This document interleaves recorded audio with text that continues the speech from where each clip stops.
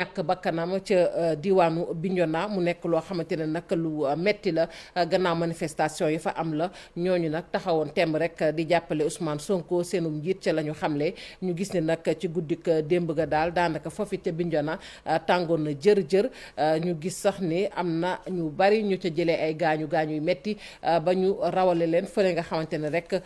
moom mooy kon kër docteur ba féete ca Bignona. mangook dañuy daal di kon des rek ci delsiwaat fii ci Ndakaaru yegg ba ca Parcelles Assainies nag gis nañu ne kon daal la fa xewit démb rafetul ci gis-gis ndax lu baree bari yàqu na fa di ay moomeel yoo xamante ne moomeelu askanu Sénégal la ay station yoo xamante ne dañu leen a songu mairie ba siège bu Orange it ñu daal di koy yàqate ba mu yàqu yaxet loolu nag naqari lool ñi nga xamante ne ñoom ñooy kilifa ya Alassane Ba moom moo ci àndoon ak Amadou Ba jàngat ko. waxtu wi ñu ngi fexe ba dindi li nga xamante ni moom mooy yàqu-yàqu yi fii ci station service bi bàyyiwuñ fi dara ñoom ñi doon manifester station bi dara desu fi. boo xoolee lépp la ñu taal yóbbu li nga xamante ni moom moo nekkoon marchandise bi gérant bi fi nekk ak employé yi mu mel ni seen xool dafa jeex ba xamatuñ sax li ñuy def. vraiment li fi jël moom bari na trop parce que boutique bi dafa feesoon tel sunu lubrifiant yi aussi tamit fii dafa feesoon tel mais gars yi yàq nañu lépp même sunu coffre-fort yi dañu ko daaj yenn yi ñu yóbbu dëgg yàlla gars yi yàq nañu ko bu baax a baax li daal sunu réew mérité wu ko quoi. li ci gënoon métti mooy nekk nañ fi de 14 heures presque jusqu'à 20 heures xam nga mu war na ne kenn mënu ci woon dara personnel bi jaaxle nañu gars yi sonn nañu ñëpp jaaxle nañ daal ñu fa leen toog. agence Sonatel bi itam fii ci Parcelles Assainies daanaka dañ ko taal dara desutu fi ñi nga xam ne xëy nañ ba ñëw fii li nga xam ne moom lañ fi nemmeeku neexu leen ba tax na boo ngeen seetloo lépp la ñu yàq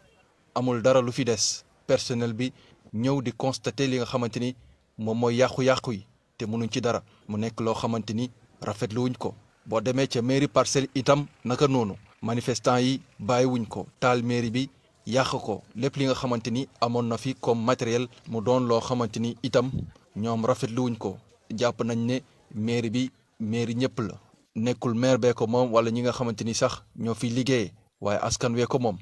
ñu ngi koy déplorer d'abord parce que institution bu toll ni commune ngeen ñëw fekk ko taal ko raser ko à zéro donc loolu mu ñu ko taxé lenn amul benn signification bu dul vandalisme caractérisé parce que dafa ñaaw institution moom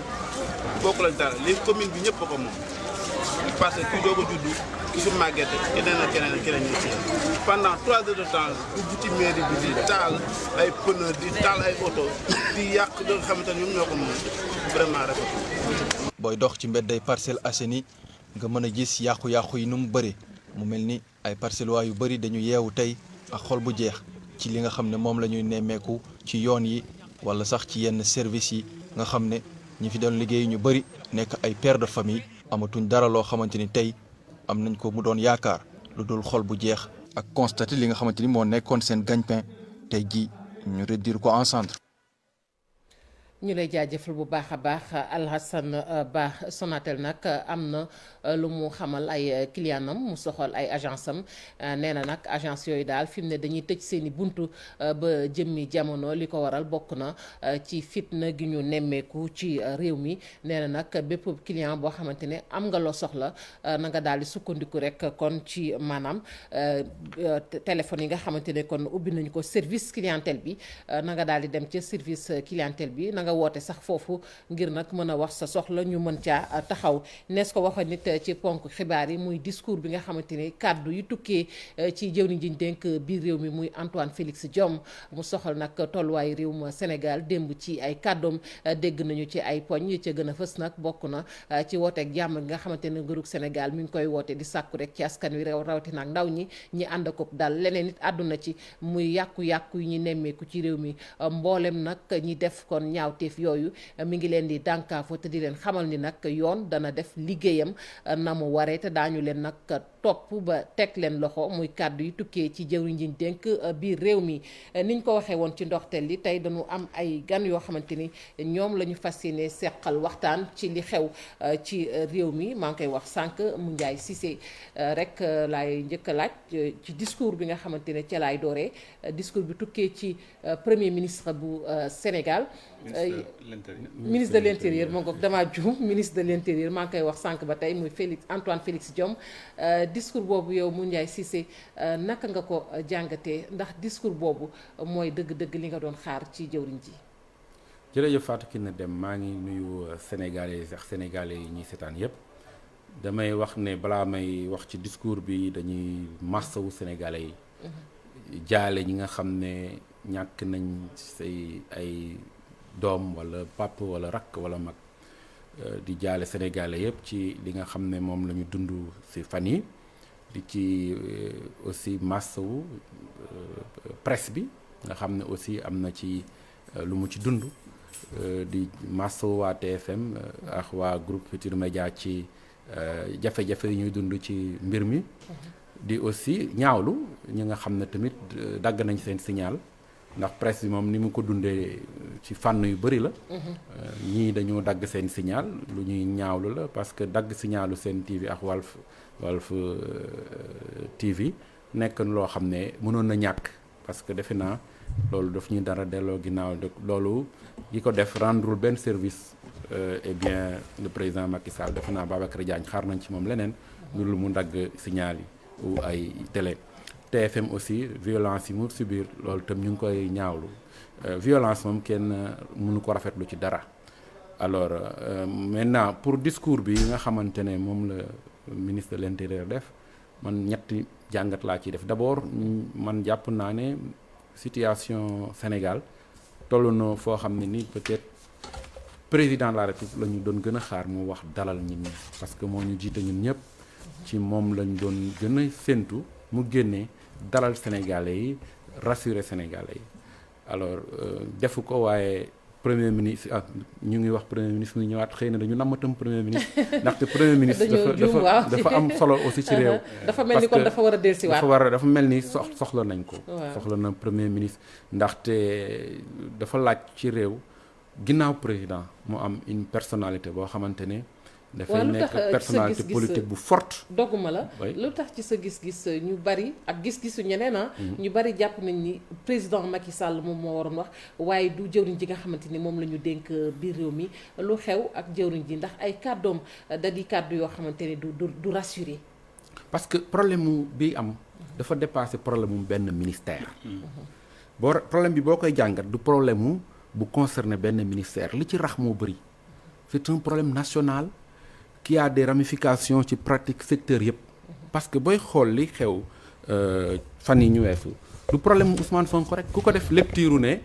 problème mu Ousmane Sonko la problème mu sécurité la rek yaa ngi juum parce que li xew dafa nekk problème bu sécurité problème mu gouvernance problème mu ay frustration yoo xam ne am na askan parti wu askan bu ko accumulé problème mu affaire u xëy problème mu affaire u ndóol problème yu bëri parce que boo xoolee ci ñi génne am na ñoo xam ne boo leen laajee lan mooy jotale Ousmane Sonko ak nguur gi sax mënuñu la ko wax duñ ci am gis-gis bu bëri am na ñoo xam ne dañu génn ngir Ousmane Sonko mais am na ñoo xam ne leneen la leen tax génn. dinañ alors pour dire que donc du problème mu benn ministère. tey bu amoon premier ministre doon na baax premier ministre bi wax ak ñëpp nga xam ne dina mën a wax lu tënkaale problème yi làqu ci. génnu xale yi fan yi mais amuñu premier ministre moo tax ñu doon xaar président mu wax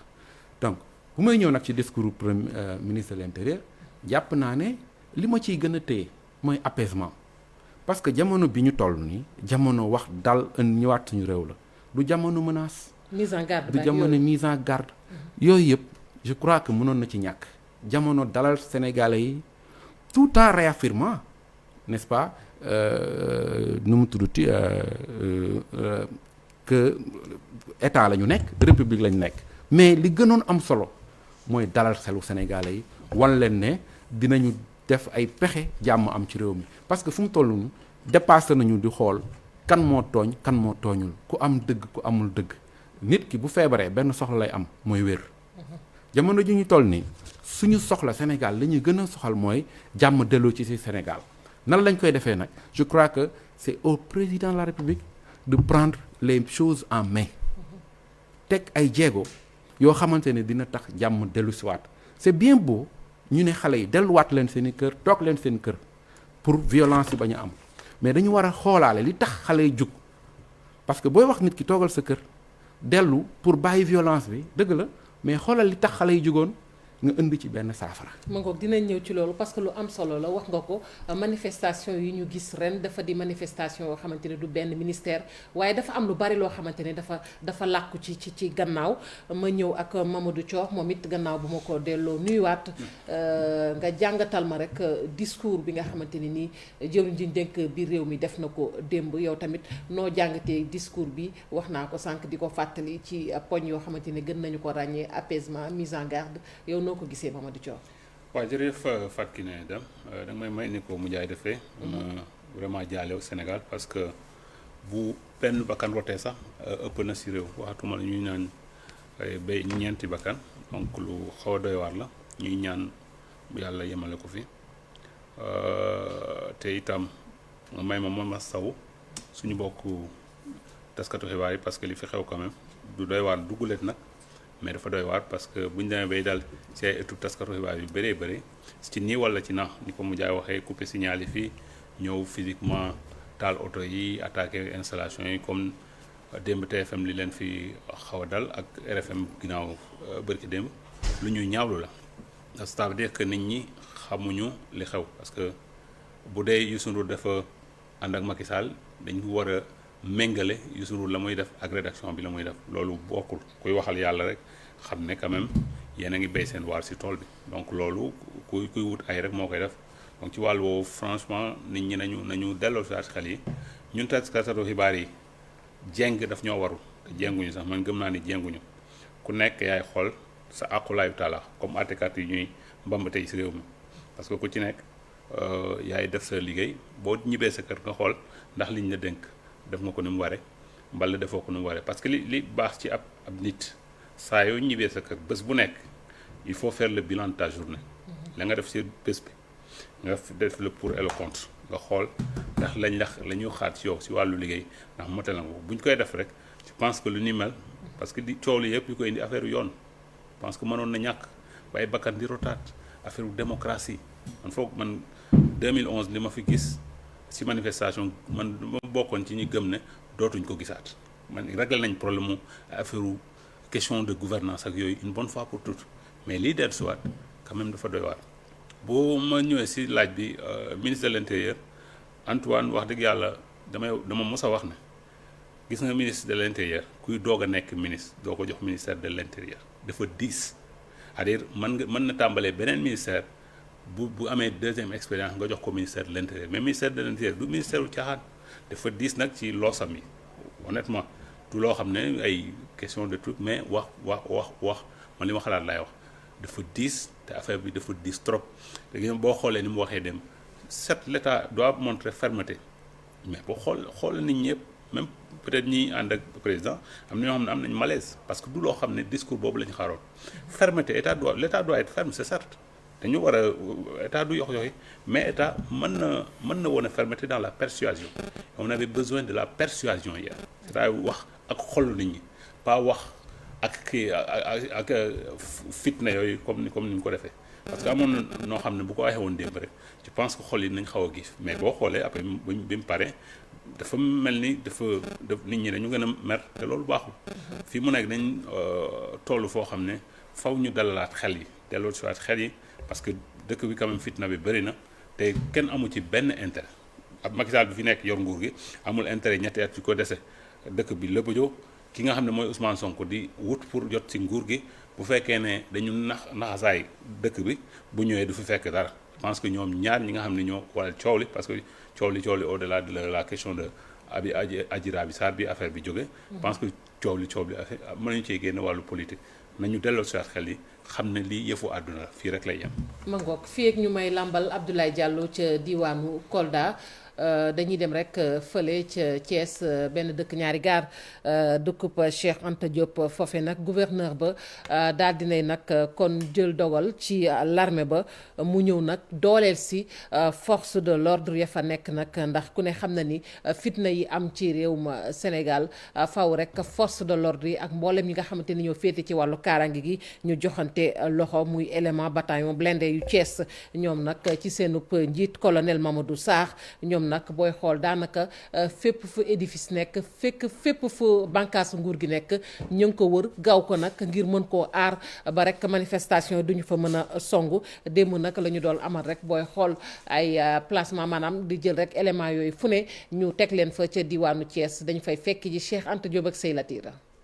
lieutenant-colonel Mamadou Sarr mi ngi waxtaan ak ay ñoñom ngir lal seeni pexe wërngal Thiès ba ndaw ñi nga xamante ni dañoo jógoon ngir def ñaawteef ñu mën a gàntal seeni pexe. ñun dañu ñëw fii ci réquisition bu gouverneur def ci suñu chef mooy le colonel Boubacar Koïta. suñu déploiement bi li ko waral mooy ñu continuer aar population bi li bokk suñu liggéey ba pare surtout ñu protéger les édifices de l'État. bataillon de blindés mu ngi déployer ay moyens ak ay personnel ñu bëri ñoo xamante ni depuis que ñu nekk fii ñu ngi leen di aar kenn yàqu fi dara en tout cas. yor nañ matériel militaire mais yor nañ aussi matériel de protection bu maintien de l'ordre comme ngeen ko mënee gis. ci suñu cadre liggéey boobu maintien de l'ordre dañ koy def aussi xarañ nañ ci am nañ aussi matériel bu mën a tax ñu jàmbarloog ñu mën a jéem a yàq pour tere leen ñu yàq infrastructures yi ak les édifices de l'État ak édifices publics yi. ay jumtukaay yu am solo nag la ñu yor di ay équipements yu yees tàq ay fusils yoo xamante ni ay lance-grenades lañ ko duppee. maa ngi assuré fii ci commune Thiès sécurité point sensible à savoir bi nga xam ni moo nekk suñu ginnaaw tribunal grande instance bu Thiès ak centre commercial bu Auchan donc depuis 15 heures ñu ngi assuré sécurité bi aussi ñu venir en appui aux forces de sécurité yi nga xam ñoo nekk Thiès. colonel Mamadou Sarr jiite nag bataillon blindé bu Thiès nee na nag ñi ngi wëyal di am ay patrouille ci biir dëkk bi ci mbedd yeeg ruq-ruqaan yi ngir fexe nag aar askan wi fii ci diwaanu Thiès. ñu koy jaajëfal bu baax a baax Abdoulaye Diallo Cheikh Anta Diop sax laay wax moom la ñuy jaajëfal bu baax a baax moom ma nekkoon ca diwaanu Thiès ak ni ñu ko gisee nag mu Ndiaye muy gouverneur gannaaw gouverneur bu Ndakaaru tamit gis nañ gouverneur bu Thiès mu mel ni kon tey déggoo gi am na jàpp nañ ne l'armée bi wax dëgg war naa génn jot na fi mu ne nii. xam nga génn armée ci réew du signal bu baax. tey dëkk bu armée génn rek mën nañu am njàqare parce que armée mooy ultime maillon bi xam nga dafa am ay strate ni ñu tëralee. mais aussi li ñuy wax it ndax mën naa nekk l'armée bi na génn waaye bu ñu yori ngànnaay est-ce que loolu tamit mën naa ne ndax ku yorul ngànnaay mën ngaa aar kenn. waaw xam nga peut-être même bu ñu yorul ngànnaay. gis nga li commencé am. armée bu ñu centré wala force de l'ordre yi bu ñu centré na ñu ngi menacé wu dañuy dem après coopérer ak manifestants yi gis nga ko Médina te li nga xamante ne moo ci risque bi mooy lépp li nga xamante ne ñaanuñu ko yàlla Sénégal parce que armée fu mu génnaat fa rek mën na jur loo xamante ne ñamuñu ma ko sax tudd ci Sénégal te yàlla bu ñu fa yegg donc police gendarmerie bu ñu demee ba ay manifestation réew mi dépassé leen rek war nañu mën a nag gën a dellu ci waat ci ginnaaw xool nu ñuy indee jàmm suñu réew parce que junj doy na borom xel ci li ma bëgg a wax armée bi di génne baaxul même ci président Macky Sall baaxul suñu démocratie baaxul ci avenir u démocratie Sénégal parce que fi armée yi di génne yépp gis na fi muy mujj donc je pense que tey jii dafa jot muy urgence ñu xool nan la ñuy indiwaatee jàmm ci réew mi tey jii wax ci yépp coow li yépp président Macky Sall acte bu mu mënti posé acte bu war a indi jàmm la parce que bu yàggee mu jur leneen parce que gis nañ ne ñi nekk ci armée bi ñi nekk ci police ñi nekk ci gendarmerie ay Sénégal lañ comme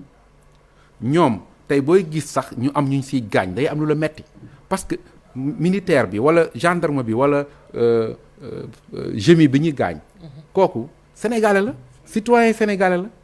ñuy gis ay citoyen sénégalais di dóorante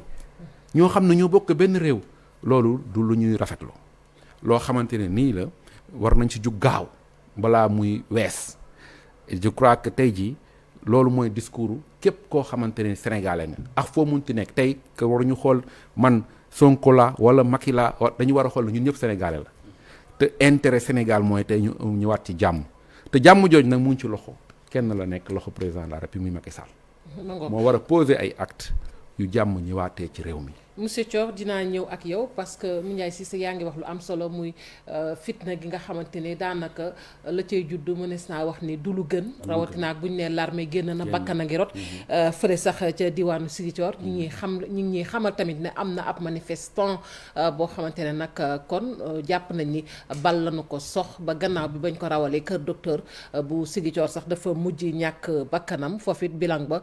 diis lool ci manifestation yooyu yuñ fa doon amal yàqute ga nag kenn mënu laa wax nu mu toll waaye li ci gën a metti rek mooy bakkan ba ca rot Boubacar Diassi. maa ngi ñaan xale yi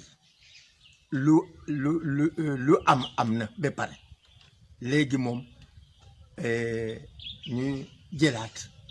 chemin école ñu dem école parce que dañu meroon ku mer dangay agir sous la colère dangay agir Satan moo lay ñëw seytaane moo la ñëw du pousser di la pousser ba nga agir soo agiré rek mu dem yoonam sa xel ñëw su sa xel bi ñëwee nga xam ne man de li ma def nii waruma ko def xale yi lu ñu yàq yëpp Sédhiou seen bien la ñoom ñoo ko moom auto forêt citerne bi su amee incendie ci biir àll bi citerne bi mooy jël ndox bi yóbbu di éteindre feu pour ñun ku mer bi passé da ngay jël sa matuwaay dem liggéey lundi 8 heures ñëpp waroon na dem maa ngi ñaan parents d'élèves yi ku nekk nga wax sa doom à 8 heures ku nekk dem ci berukaayam fu muy liggéey su école wala chauffeur wala mécanicien ñëpp dem liggéey. ma ngoog kon dafa mel ni kooku bu ñu ko déggee waaye jur la rek mbaa bokk mu jege ki ñu jàpp ni moo ñàkk bakkanam ca diwaanu Ziguinchor ñi ngi ñuy xamal sax ni mi ngi doog a kon am baccalauréat ci ren ji Mamadou Thior ñu yeggale wax ji sànq ba tey ñu des ak li nga xamante ne moom la ñu jàpp ni xëy na mënoon nañ doxalee neneen nu dul nii muy nag ay kàddu yoo xamante ne jàpp nañ ni kàddu jàmm la naam bu ñu ko dee woote waaye dafa mel ne am na stratégie bu gën a ñoŋ boo xamante ne buñ ci jaaroon xëy na lii yëpp du am. waaw xam nga li mu mel li mu Ndiaye wax sànq moo am solo. ñun ñëpp suñ parti Sénégal la war a nekk bu nekk nguur gi mbala ñi nekk ci kujje bi bu ñu jiitalee Sénégal je pense que problème yëpp mën na am saafara mais ku nekk boo bëggee xool say intérêt crypto personnel li nga xam ne si sa bopp rek bu boobaa jéey bi day gën a law. te je pense que boo xoolee ay ndaw ñoo xam ne ñii ay 17 ans 18 ans ay 20 ans loolu quand même c'est tragédie la loolu parce que c'est l'avenir de la nation quel que soit appel yi ñu mën a lancer c'est bien les parents doivent jouer leur rôle téye seen doom mais quand même je pense que comme ni ko góor gi doon waxee sànq lii am na ba pare il faut que ñu jàngat ci bu baax a baax mais li ma waxoon sànq rek man franchement 2011 ku dund li ñu fiy dund ak 2011 2012 ak lu ëpp fukki bakkan rotti tey ñuy dundaat lu ni mel ba ay bakkan di ci rot je pense que recommencement boobu échec la on doit tirer une bonne fois pour toutes leçons yi te bii yoon bu ñu fi jógee affaire yi di posé wu ne affaire gouvernance affaire démocratie bañ a posé te nit ñi on met les choses à plat waxante dëgg xam ne gis nga jeu démocratique c'est les règles doivent être saines. Moi je donne toujours l'exemple du Cap-Vert. Cap-Vert am na élection cette année le président Jorge Carlos Fonseca il fait son deuxième et dernier mandat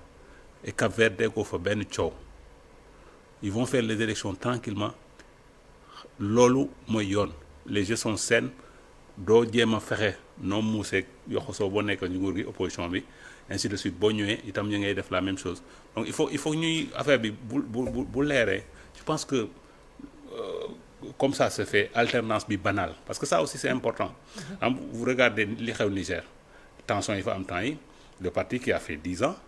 moom moo jëlaat pour defaat encore 5 ans donc je pense que l'essoufflement démocratique un parti quand il arrive au pouvoir s'il fait 5 ans maximum 10 ans doit même encourager beneen parti bi alternance c'est comme ça il va dans l'opposition se refaire une santé revenir maintenant dans 5 ans ou 10 ans c'est comme ça mais boo bëggee ne je suis au pouvoir je fais tout pour le garder aussi longtemps que possible c'est ça qui crée les problèmes parce que tentation bi ci am mooy que ne tem nga dugal ci loo xam ne bokk ci il faut que ñu delloo si la démocratie c'est une affaire de gentleman gentleman ñoo koy def des gentlewomen bu ko defee affaire yi bu leeree rek y a aucun problème. sa gis-gis également ci loolu ndax Moundiaye Cissé tamit gis nañ ni wax dëgg daan nga bokk ci ñi nga xamante ni dañuy ay kuréel lañu ñuy wax ci wàlluk élection rawatina ak loo xamante ni jëm na ci fichier yi jëm na ci apaisement ak yooyu yëpp jàpp nga ni régime yi également war nañu seetaat seenu doxalin ci wàllu bi. oui jàpp naa ne ku yéeg rek. da ngay mel ni mosoo nekk opposant loolu moo war a dakk parce que valeur yi ngay jaay parce que aussi.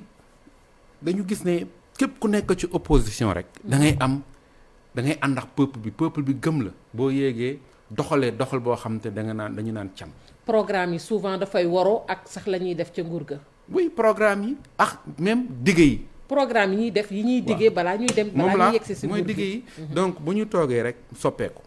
je crois que tey jii Sénégal mérité wul ñuy def phénomène bu raw parce que li am moo raw 23 juin 2011 parce que 23 juin sax mën naa ne Dakar rek la yem mais lii xew nii Sénégal yëpp la jël ba romb Sénégal ba dugg ci diaspora bi ñun ni di manifester alors moo tax jàpp naa ne weesagul que le président de la République Macky Sall déglu voix yi jukk di oote jàmm ndaxte jàmm la Sénégal soxla jamono ji xam na lañ waroon nekk di coow nan la ñuy génnee ci mbas mi nan la ñuy jugaatee bu mbas mi jógee fii ndaxte gis nga boo xoolee ci manifestation yi am na ñoo xam ne Sonko moo leen intéressé am na ñoo xam ne xiif moo leen di rey am na ñoo xam ne ñàkkati xëy moo leen di rey am na ñoo xamante ne amatuñu liñ daan suturloo boo xoolee dépassé ni Sonko lii nga xam ne moo am démb dafa dépassé Ousmane Sonko bu mu ko jëlee def ko lecture ci Ousmane Sonko rek ñu ngi juum Ousmane Sonko am na ci waaye li ci ëpp mooy dañu war a def lecture lan mooy merloo jeunesse bi. def ci ay jàngat yoo xam ne ëllëg dinañ mën a parce que jamono bi suñu wér-gu-yaram suñu économie suñu éducation. moo ñu waroon mobiliser suñu énergie. du problème mu waxtu bi xoj nañu. ragal du problème mu ay démocratie moo waroon mobiliser suñu énergie. malheureusement ragal nañu sax ne suñu koom dana gën a nërmeelu ak saccage yu ñu gis dégâts yeeg yooyu. dina jafe ñu mesurer ko waxtaan bi xajul ci. parce que Covid boo xoolee perte d'emploi yi ci am. ak as néew ñi desewoon emploi ñu perte ko. mais lu métti la. ma ngoog dinañ amaat xam naa occasion pour développer parce que lii seet nañ ba seet mais waxtu bi mayuñu sax ñu dugg ci yu bari ponk yu bari ñu leen di jaajëfal encore une fois de plus Moundiaye Cissé nga bokk ci société civile Mamadou Thior nga jiite correct ñu ngi lay jaajëfal bu baax a baax laata ñuy tàggatoo rek ñu tënk li nga xamante ne moom mooy jàngatub mbas mi ci bisub tey jii ci réewum Sénégal ci test yoo xamante ne kon def nañu ko kon mu mel ni ci junni ak juróom-ñetti téeméer ak juróom fukk ak juróom-benn test ñuy def téeméer yi ak juróom-benn fukk yi ak ñeent ñoom ñoo amee mbas mi juróom-benn fukk yi ak ñett nag di ay jege amul benn nag cas importé bu fi ñëw jàppale ni benn cas sax may jéggalu benn cas importé jaare na ci aéroport international Blaise Diagne bu Diass ñaar fukki cas communautaire ñeent fukk ak juróom feebar nañu ba loof ña nga ca réanimation mbokk yi fii la ñuy yem ak yéen ci xibaaru digg bëccëg bi sant leen gërëm leen bu baax a baax yéen ñoo ñu fare woon ci machine bi ak ñu jàpp ci xibaar yi ba mu sotti rédaction bi dig na leen daje ci yeneen jotaayu xibaar ñu leen di ñaanal kenn dalug jàmm te di ko sàkku ci yéen di jaanit jàmm ci suñu réew muy réewum Sénégal